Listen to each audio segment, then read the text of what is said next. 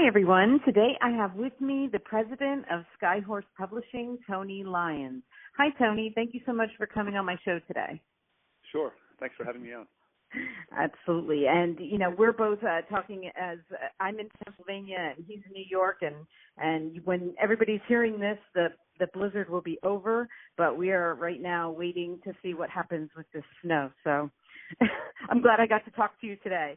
That's all. Yeah, when I was looking for my interviews, I was like, well, at least it was today and not tomorrow. So just in case you're not in your office. But hopefully. It's very hard to know what's going to happen.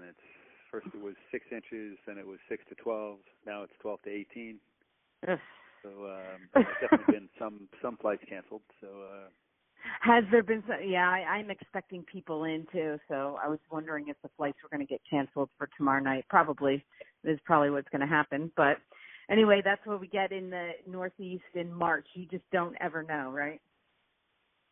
Yeah, it was. I thought it was going to be about a week ago.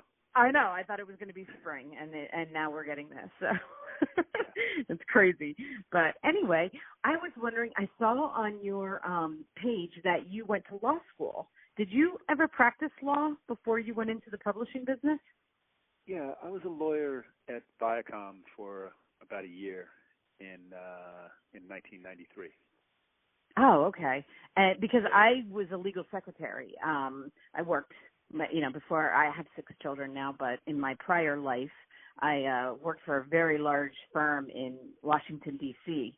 for a lot of years. So whenever I see the law school thing, it always, I always pick up on it. So yeah, so it seems to me like a good education for almost anything. And Exactly. I'm happy to go to law school, and I'm happy not to be a lawyer. And that's always my second question, because I find a lot of authors who were lawyers before they became authors. And I always say that. I'm like, so, you decided that it wasn't fun anymore? And they're like, no, it was, we needed other things. We need to move on. The lawyer thing can sometimes get a little bit, old. But I definitely feel like people ought to recognize that going to law school is a great experience, and it's a great sort of brain training, and then you don't have to be a lawyer for your whole life, just like you don't have to do anything for your whole life if you find something else that's more exciting to you. But if I wouldn't have had the children, that was always a goal of mine, was just to go to law school, whether or not I wanted to practice law. The experiences that I got to talk to with the lawyers that I worked for, I was always like, that's one thing I wish I would have done, was go to law school, but it didn't happen. Yeah. So, even studying for the bar, I thought was a great experience that I was really happy to have gone through. That's awesome. I spent, I think the last month at a cafe on West 84th Street in Manhattan, where I got to know the waiter really well, and I just sat there all day long reading through study guides, and really liked it. Really liked trying to master something. Almost doesn't matter what it is, and try to really comprehend it, and then take the test, pass it, and then move on. Right. And passing the New York bar is, quite an accomplishment too. Actually, the passing rates are relatively high, so I think it's somewhat of a myth that it's really hard to pass, in the sense that something like 7 out of 10 people who take it pass it, which is a pretty high percentage. But people do study really, really hard for it, so it's really painful for the people who don't pass it, because then they have to go do the whole thing once again. Yeah. And it's, doing it once was like climbing a very high mountain, and so getting close to the top and then having to go start the whole process from scratch, can't be fun. No, but I'm sure with what you're doing now, I bet law school really came in handy. In any kind of business you go into, there's so much that you learn from being a lawyer first too. Definitely.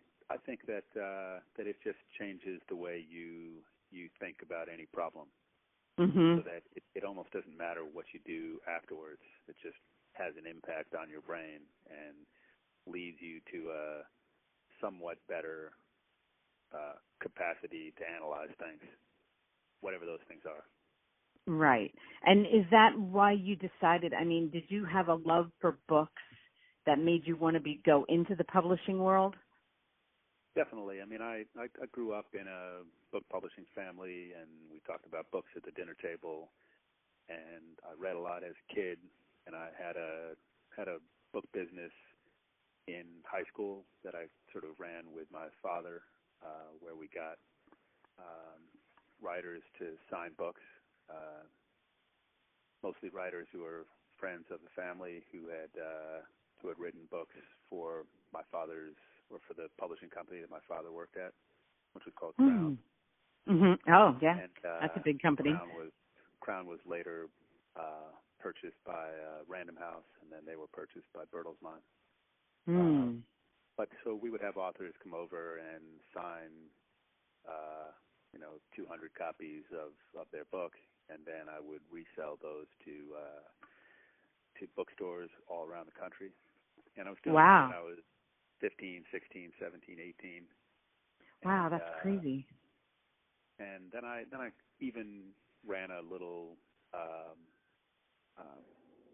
sort of catalog book-selling company when I was in college, and I had people in my dorm help me pack and ship books and help me answer the phone, and it was just sort of a joke in my dorm that there were 4 or 5 different people who might answer the phone and take an order for me. So I have a long history of being involved with books and book selling and that sort of thing. It's interesting because what came to my mind is like you were Amazon before Amazon. You know, it was like you were already shipping out books before Amazon was even a thing. You know. Yeah, I probably should have come up with that, but unfortunately, I'm still small time, and they're very big time. Right. Yeah, they're taking over the world. I don't know what I would do without my Amazon. My little one-click button. I'm not sure what I would do without that. So, yeah, and as readers, I think that is true. Yeah, the Prime Now function is really addictive in the sense that in New York City, if you forget to buy bacon and you eat it for breakfast and it's 6:30 and you don't feel like going out on a 15-degree morning, you can order it on your phone and it shows up in less than an hour. Wow. Pretty shocking function.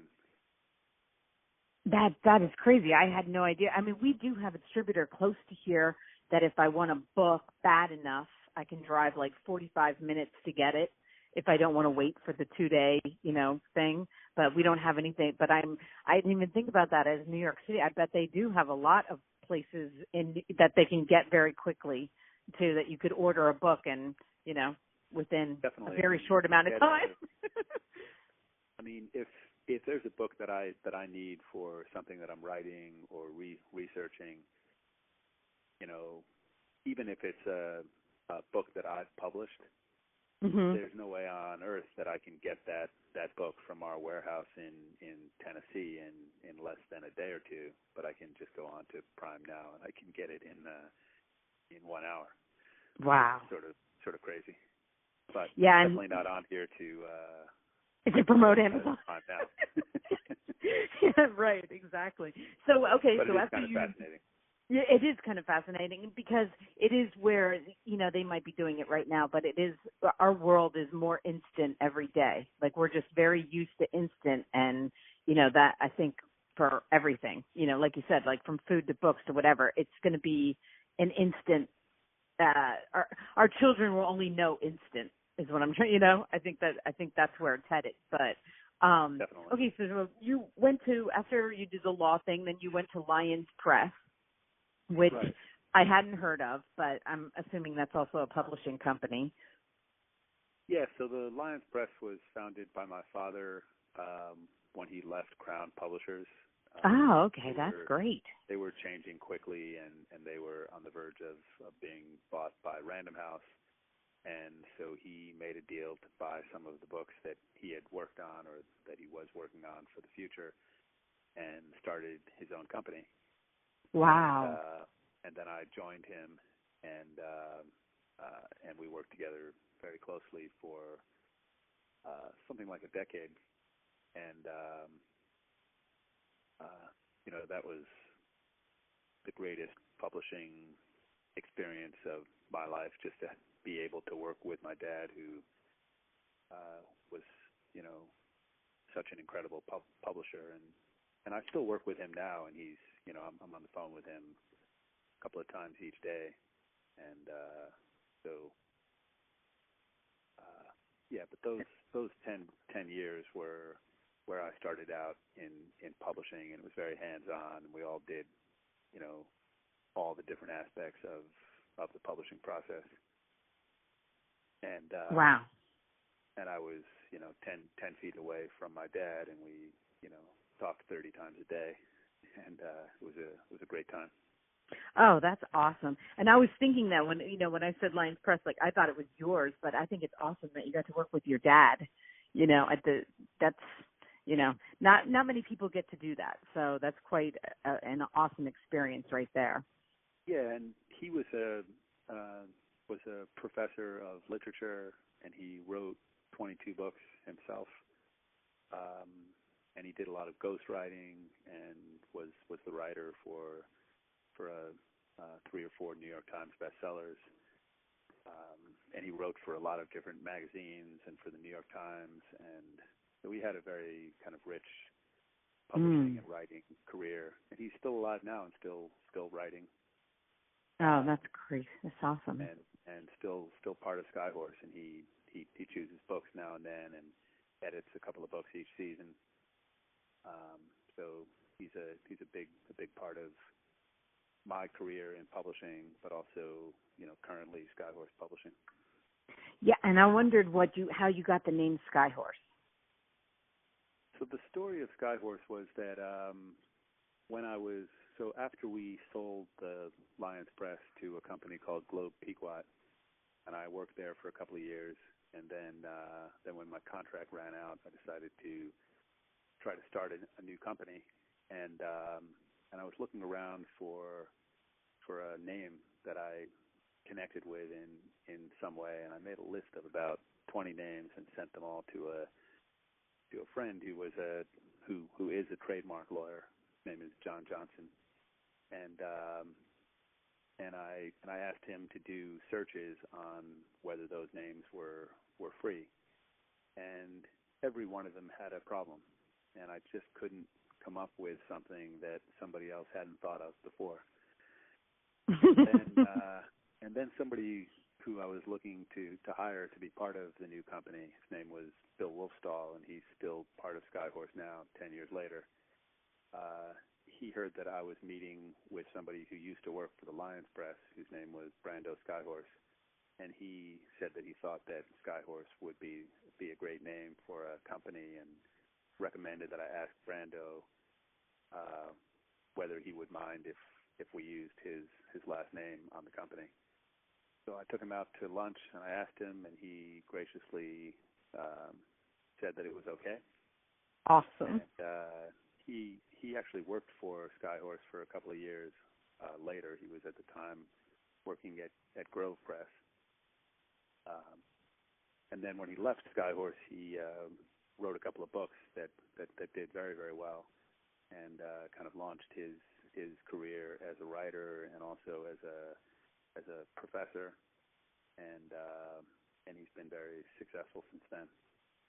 Oh, that's a great story, because that's the first thing whenever I see names, I always think that, because I'm always trying to figure out how somebody gets a name for a company, and that's such an interesting name. That's a great story.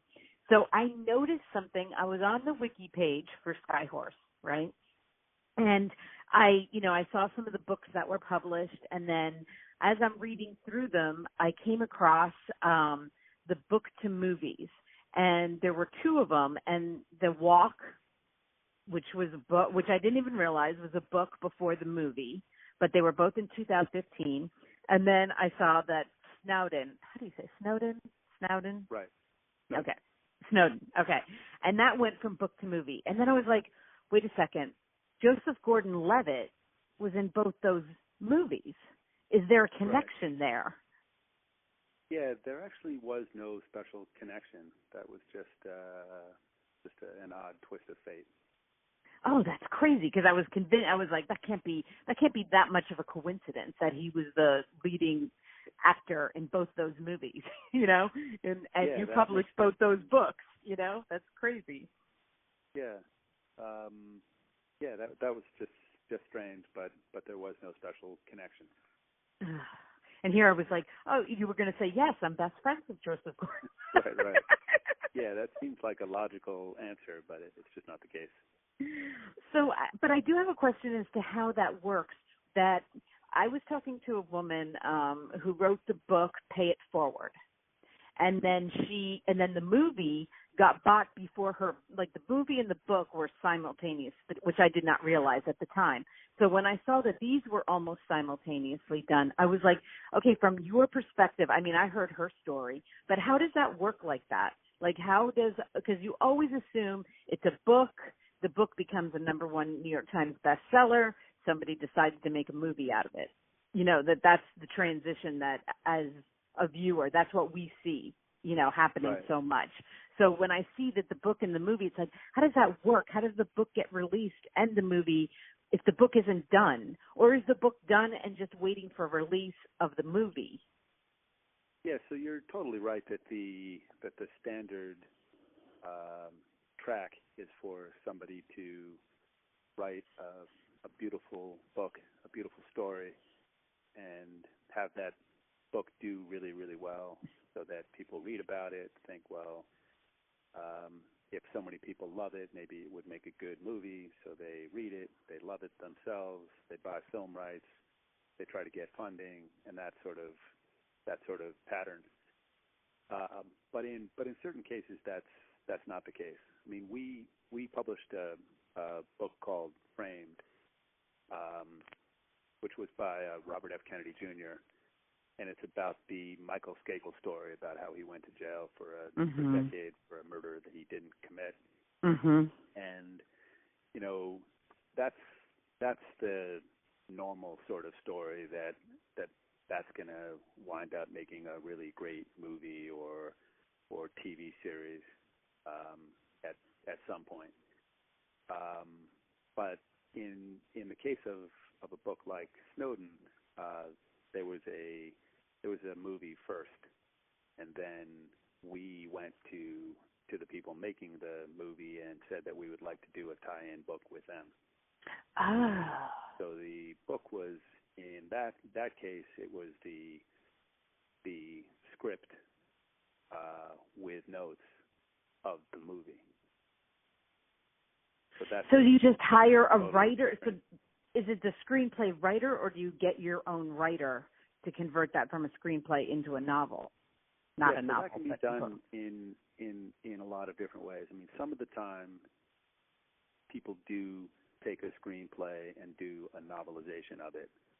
In this case, it was basically just the screenplay that was clarified in certain places and had a new preface to kind of add some value to it. Mm-hmm. But it was really a direct tie-in with the movie after the movie was pretty much done. And then there, go ahead. Sorry. Then there are other cases where we've gone to places like the History Channel, and we've seen that they're about to do a series that we think would make a really good series of books. So we've gone to them and said, can we do a deal where we take your script and we then hire an outside writer and do a novelization of it. So, like you said before, that's a possibility too, and we've done that in certain cases. So there are a lot of different ways that it can happen. Yeah, which I find really interesting because, like I said, as a reader and someone who goes to the movies a lot, I always thought it was this, and when I was interviewing her, she was telling me, the woman who wrote Pay It Forward, her manuscript got bought as a movie at the same time. So she was writing the book as the movie was coming out, and then they just timed it together. And I was like, but she didn't have much say as to what happened with the movie because they bought the manuscript. You know what I mean? Right. So, it was kind of a different situation. So, yeah, I found that really interesting. I was like, well, I guess that's done more than I really thought that it was done. But if the movie comes out before the book, how well does the book do? Well, I mean, if the movie does really, really well, then Mm-hmm. the book is going to be a huge bestseller almost automatically. Oh, okay. But if the film doesn't do well, then that tends to hurt the book. Right. Because I always think, okay, when I go see a movie and then you find out, like I'll find out, oh, well, there's a book, like I didn't know, like say that I don't know there's a book based on it, or, I have a tendency to not want to read the book because I just saw the movie and I always think it's going to ruin my experience but now I'm rethinking that because I think a lot of people think that way, that the movie, because I always go to read the book first and then I'll go to the movie because to me the book's always better than the movie, always, like almost 100% better than the movie. There might be some exceptions, but yeah, I would think that's a better way to do it, to read the book first. Mm-hmm. But there are cases where people love the film and they hate the book, and so from a publisher's standpoint, if a movie did poorly, then there's probably not a big reason to do a book after the fact. If the movie did great, or if there's a documentary and the documentary was a huge success, then maybe you would do a book after the fact. Yeah, because like with Snowden, now I can see if it's also the difference between nonfiction and fiction. If it's a nonfiction, you're like, well, I want to know more. And of course, you're going to learn more from a book than you are a 90-minute movie. So in that case, it does work. It does relate back well to the book. Yeah. Because you're like, I want to know more about that. But I would think with a film like Pay It Forward, that for example, my daughter saw the film first, and she loved it. Mm-hmm. So she was desperate to get the book once she found out there was a book. She assumed, and I assumed, that the book was written long before the film came out. So I'm just learning for the first time that that's not true. Right. Really? Oh, that's interesting. Yeah. Well, I just she was on really recently, and she, I didn't even realize that she wrote the book. Her name is Catherine Ryan Hyde. I was interviewing her for another book, and when I went back to research her, like about a half an hour before I talked to her, I was like, I felt so bad, but she said she was kind of happy about it because she didn't really want to be known specifically because she's written so many books, and it was a long time ago, so. Right. She was very proud of her other books, but that one just happened to be made into a movie. So I'm like, well, that's just kind of what happened, and then she kind of laughed because she was like, yeah, that's a really bad problem to have, right? That one of your books gets made into a movie. So, right. Like somebody like Annie Proulx, writes a book like The Shipping News, mm-hmm. and which became a huge bestseller, and people don't know that she was a writer for a long time before that, mm-hmm. and she wrote books that that her readers, that readers of her fiction probably wouldn't know about or want to read, but they were practical books on country living, on how to make cider or that sort of right. Right. the whole side of her life that practically nobody, even people who love her writing, would have heard about. But I think that in her case, she's happy with that outcome. Yes. Yeah, I'm sure. And that's the thing about Skyhorse. When I went on Amazon to look up the books that you publish, and they're such amazing books. They're so I don't know, like I want to say practical, but also like informative books. And not that you don't publish novels and everything, but it seems like the last one, well, the one that came up on Amazon was like 100 tips on how to live well or something, something to that effect. And they're seeing like they're really in step with the things that people are reading right now and want to know about in the nonfiction world, right? Yeah. So we have 14 imprints, so we publish books in all kinds of categories, and we've published 6,500 books in the last 10 years or 10 and a half years. And so we have a couple of imprints that are all really practical books. Like we've had big successes with books on dieting and juicing, and we have maybe 20 books on variations of the green juice diet. There's a book called The Healthy Green Drink Diet that we published about 5 years ago that sold almost 300,000 copies. Wow. That was sort of at the beginning of the green juice craze. Mm-hmm. And then we publish all kinds of practical outdoor books, gardening, survival, tracking, fishing, hunting, golf, tennis. Yes, all kinds of sports books, yes. Think of. Right. But then we also publish something like 150 children's books each year, and we have a book coming out in the next month by Julian Lennon called Touch the Earth. Oh, cool. That's sort of aimed at teaching kids the importance of protecting the environment. Mm-hmm. Then we also have a big line of fiction that's loosely based on the Minecraft game. Yes, very familiar with that. And we also have a big line of fiction through our arcade imprint,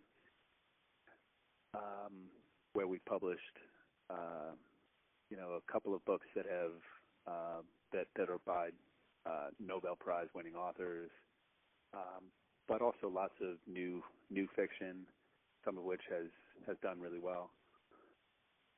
Then we have a politics and history imprint called Hot Books. We publish books like The Beast Side, Living and Dying While Black in America, by a great young writer named Dee Watkins. Mm-hmm. Been on TV a lot. And then we publish under that imprint lots of what we hope are kind of breaking stories. One of them is called Horsemen of the Apocalypse, mm-hmm. Dick Russell and Robert F. Kennedy Jr. Yes. And the subtitle for that is The Men Who Are Destroying the Planet and How They Explain Themselves to Their Own Children. That's a great title.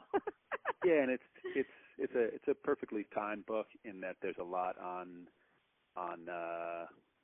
Tillerson and sort of like the current policies and what the effect those policies might have on the future of the planet. Mm-hmm. And then what else? I saw that you have 35 books are titled about the JFK assassination. So I think it's interesting how you also are publishing books. So there is like a Kennedy theme kind of going through. Sure. I'm pretty sure that the number now is 44. Oh, wow. JFK assassination, and we're publishing one that's coming out very soon that's called Trained to Kill, the inside story of the CIA plots to kill Castro, Kennedy, and Che. And it's written by by a guy named Antonio Vecchiano, who was a CIA asset at the time. It's his views and recollections, and so that's sort of a fascinating whole line of books that I've gotten to. And you know what's crazy is I've read a lot of books about it that 10, 20 years ago. So what's crazy to me is that's still still very popular for people to want to read. About, like, there hasn't been a last word on that. Everybody wants a different angle on. Yeah, there've been dozens and dozens of books that claim to be the last word, and and we published many of them, and at the time I really believed that it was the last word, and then ended up with a new one that seems even more clear. Oh, that's awesome. Then we also publish tie-in books to various things. So we did a book called Eat Like a Gilmore. It was a beautiful kind of gift book with recipes on how to cook all the foods in the Gilmore Girls, with lots of little vignettes and facts about the Gilmore Girls. And that was a big success last fall. Actually, now that you say that, my one daughter loves the Gilmore Girls. I should get that for her. She would love that. So that is that's really cool, because they have such a great fan base.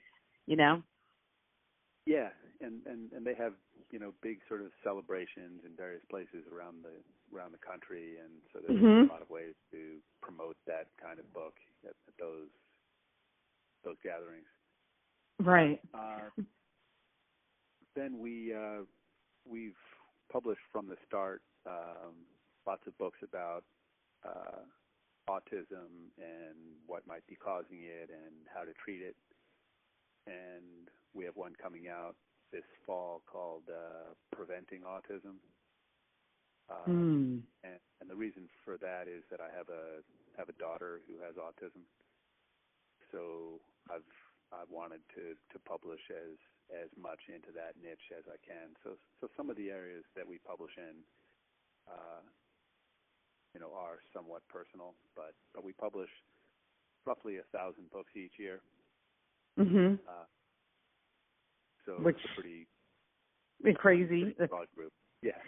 Well, and that's one of the reasons I wanted to talk to you, is because I talked to some people, and we were talking about Amazon before. Amazon makes it so easy for people to self-publish today, that a lot of, especially novelists, will go right to Amazon. And I was wondering, like, in this day and age, as a book publisher, like, what do you see changing? Or has anything changed for you since that's become so available to writers? Sure. So, I would say that in some cases, self-publishing probably makes sense. There have been a lot of cases where people self-published out of frustration, and then showed that there was a big market for their book, and then publishers swoop in and chase them rather than them having to chase publishers, which I think is a good strategy. So, there was somebody who published a juicing book that they published by themselves, and it got to be in the top 4 or 5 best-selling books in the country, and then Penguin paid them, I think, $500,000 for it, or something like that. And so, that's sort of like getting to be a more and more common pathway to, having a big bestseller, is that if somebody can self-publish their book and show that it can do well, then they're in a terrific negotiating position. And then there are other people whose books are really specialized, or they have their own niche following, or their own website, and they feel like they're going to do all the promotion themselves. So, maybe self-publishing makes sense there too.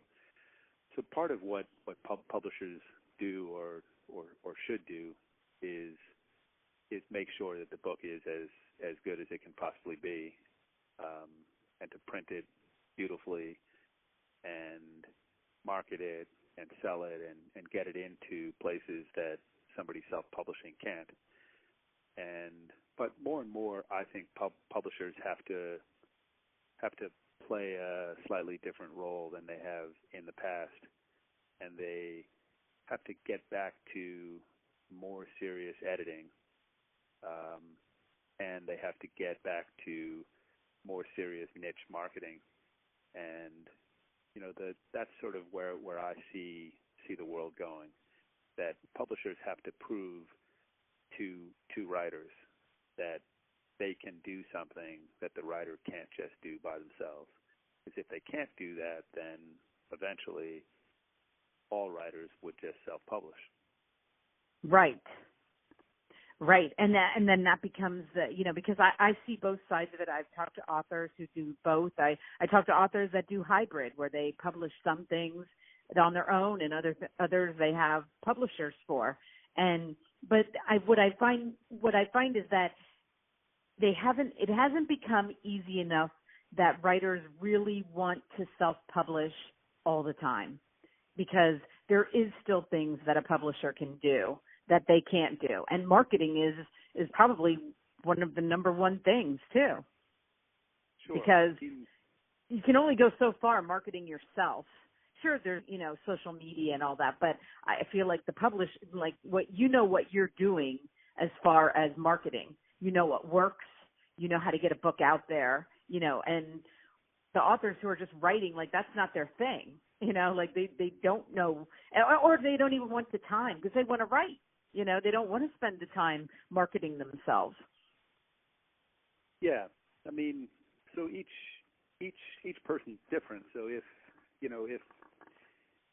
you want to dedicate your life, half time to writing and half time to marketing and selling and having a warehouse and trying to figure out all the technicalities of how to sell books to small stores, how to sell books to chain stores, how to actually get paid for all those books.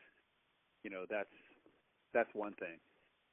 But there are all kinds of different hybrids of that, and like you said, I mean, we've had lots of writers who self-publish some of their books, and then we publish other books of theirs. And I really feel strongly that we, as in publishers, have to really make the argument that we can do something great. That if it's, say for example, it's a book on fly fishing, which my old company used to publish something like 200 books on fly fishing each year.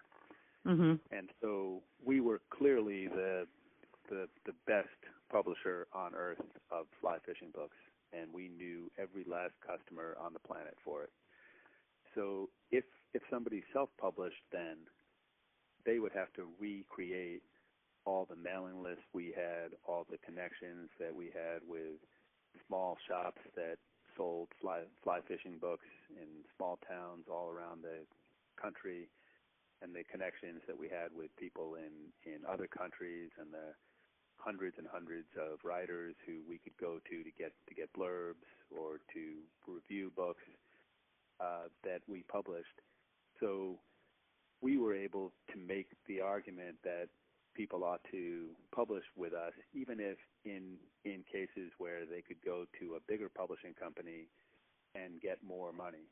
So at the time, we would routinely have people say that they decided to come with us, even though we were going to pay them no advance or $1,500, when somebody else had been willing to pay them $10,000. And they made that decision because they knew that the Lyons Press was the best publishing company on earth for fly fishing books. and that we would so far outsell other companies that they would eventually make much more money. Right. And so that's very hard to figure out, and most publishers aren't really trying to do that, so they mostly sell to the same places. Mm-hmm. So that in a lot of cases, somebody's self-publishing, if it's not a book written by a famous person or on a really hot topic, they might even do a better job. And that's a tough call. I mean, we published a book by a guy named Mark Cheverton, who writes children's books, like I mentioned before, based on the Minecraft game. And he had self-published one book, and didn't have a history of writing, was in a totally different field, and he wrote this book as a way to connect with his son, who had autism, who happened to like Minecraft. So he gave the book to his son as a gift, and read it with him, and it was just sort of a labor of love. And then on a lark, he put it up on a self-publishing platform, and it just kind of randomly started selling. And the book wound up, I believe, selling 20 or 30,000 copies without him really even doing much. Wow. That's a very rare case. Mm-hmm. And then we contacted him and said that we thought we could do a really great job with that specific book, and that we'd like to do more books like it with him. Since then, I'm not sure how many books we've published with him, but it's probably something like 30. Wow. And his books through Skypony, which is an imprint of Skyhorse, have now sold more than 1 million copies. Wow. Well, and I was going to say that Minecraft is like, I mean, that's huge. It's there are so many kids in Minecraft. YouTube channels dedicated to Minecraft can hit 1 million hits a day. I mean, it's that kind of big, Yeah, definitely. Yeah, so, but he felt very strongly that the result of working with a publisher was the best possible outcome for him. Mm-hmm. And he's talked about that on the radio and been quoted as saying that in a whole bunch of places, that there was no way that he could have self-published all of these books and gotten to 1 million copies sold. Right. That he couldn't do it logistically, that he didn't have the marketing experience for it. But I would say that for each book and for each person, it's just a different story. Mm-hmm. And that answered my question, because I wanted to ask you is if you ever did go after somebody, and you did go after him, like if it was like everybody just comes to you, or do you ever have to actively pursue an author that you see is self-publishing and tell them what you can do for them? Yeah, so, I mean, in certain cases, people who are self-publishing get an agent and just want to sort of think through whether there's a better way to do it. And but in many cases, people who are self-publishing successfully kind of need to be approached. And I've had this kind of conversation with a lot of people who have self-published, and many of whom have had huge successes self-publishing. And I've thought it through with them. And what I like to do is to think it through in just a very kind of organized way. And I've had a bunch of cases where in thinking it through, I mean, I had a 3-hour meeting at a diner with a couple who was self-publishing a medical book, and at the end of that meeting, I was left thinking, there's nothing that I could do for these people. That they are doing a spectacular job. So they had both quit their jobs, and they were marketing all day long. And so, wow. they were doing something for their own single book that was on sort of a medical crisis that they had become experts in because of a family connection to it. And they were in touch with every website in the world that dealt with that issue. And they were doing it, from the look of it, 12 hours a day each.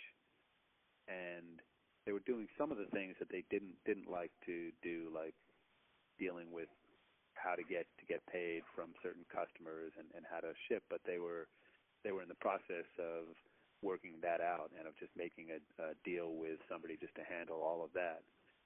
But on the marketing side, for that really specific niche, they were doing it beautifully, and there was no argument that I could make, and I didn't want to try to talk them into doing something that wasn't gonna benefit them. Right. So what I felt came out of that meeting was that I learned more than they learned. That I learned that there are ways to market that an individual is probably better at, and that we have to get better at.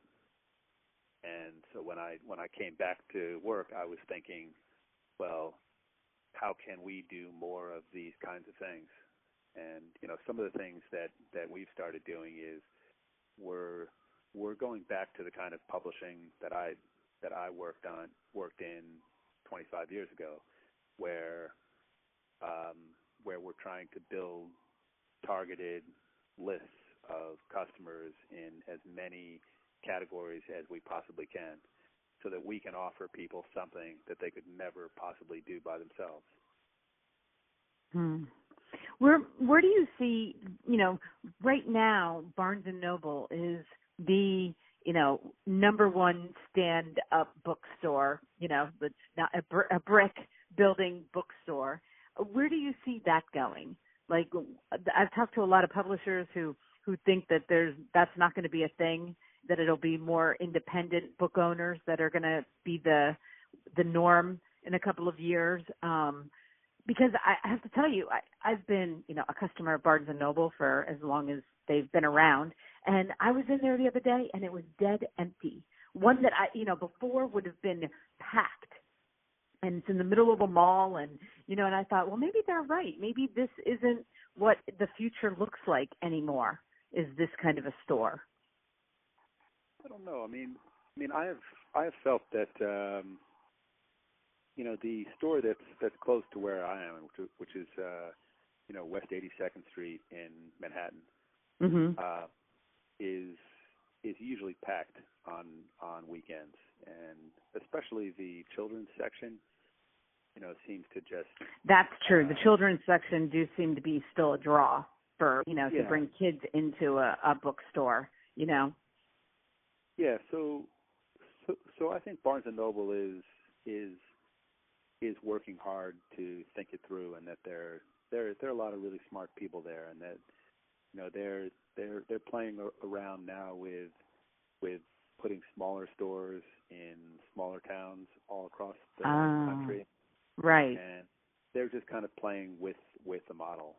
I don't think that there's any question that the story of Barnes & Noble or bookstores in general, or physical books in general, disappearing is a myth that people have been batting back and forth for the last 20 years.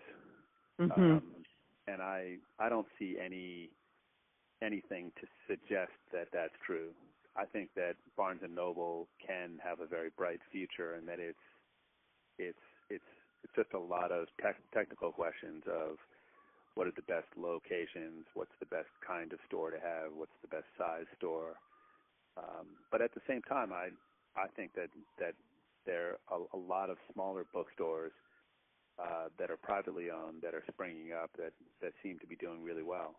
And I've heard a lot of talk about that one of the functions of a bookstore is to sort of be part of the community that it's in.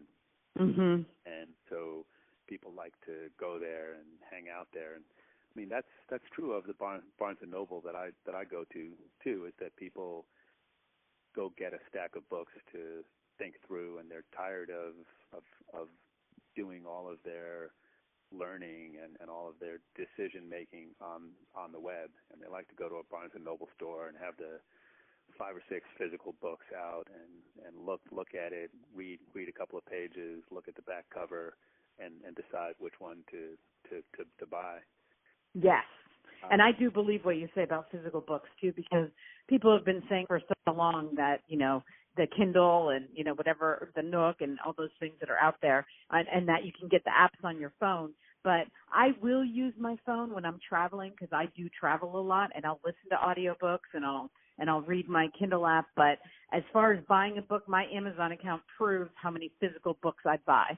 So, right. I mean, I still want to hold. I mean, if I can and I have the time to sit down and read a book, I definitely want to be holding it and not my phone in front of me. There is something about that I don't think will ever go away.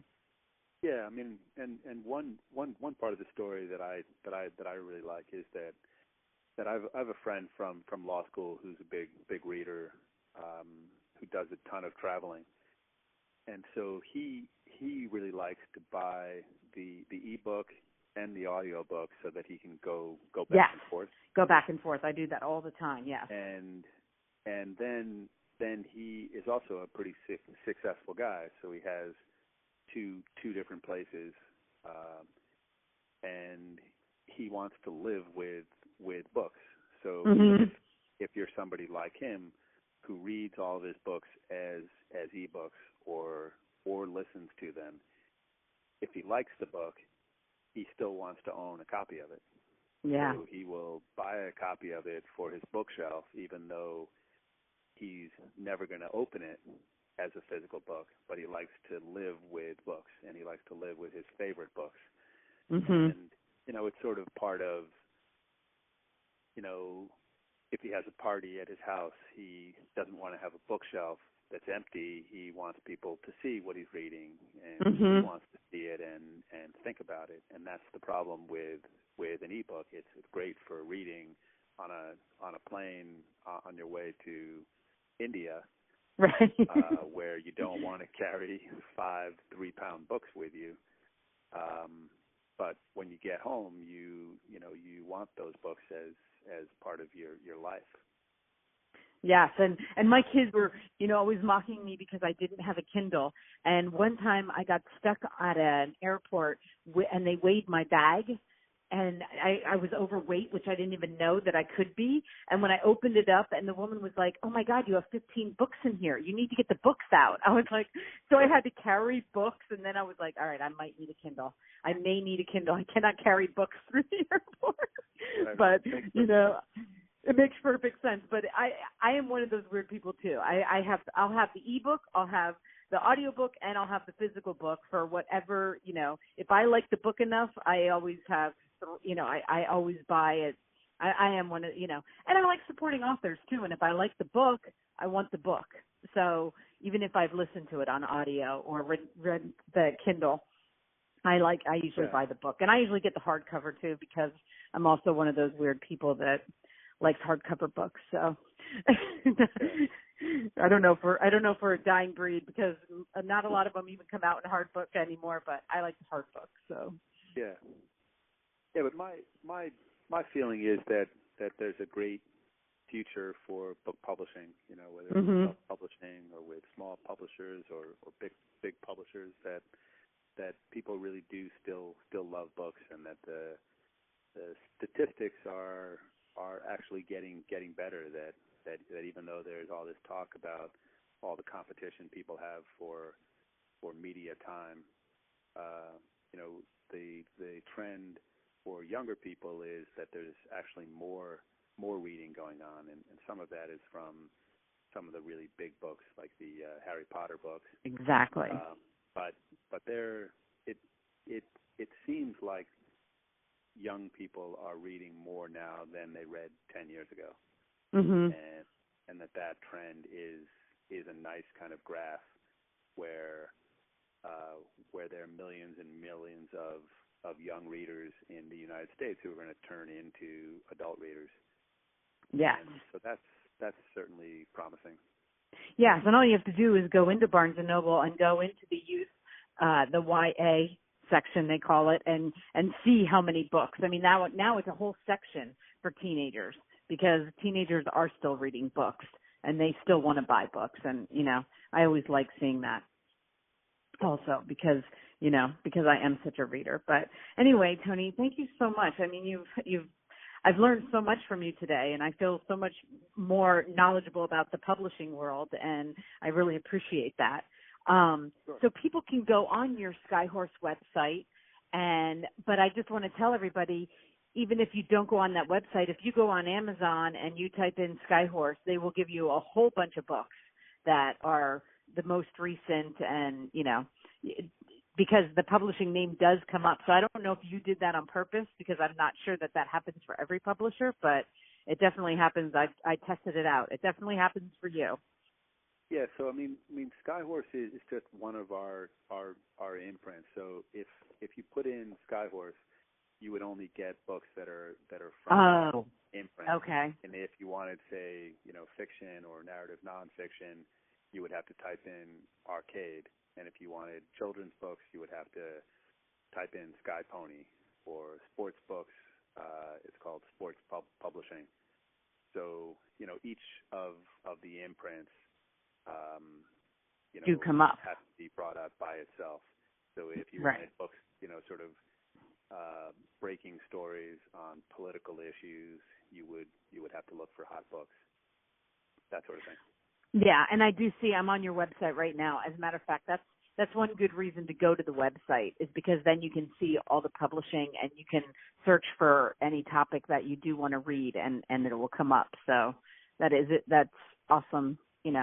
That's another better way to do it if you don't know the exact name of the publishing that you're looking for.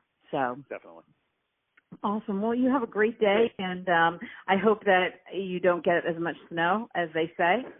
Yeah, and I hope I don't get as much snow as this. Well, let's go so for half of that. Yeah. Thanks so much for calling and for putting me on. Yes. We should definitely stay in touch. Okay, great. Thank you so much. Have a great day. Bye-bye. Take care.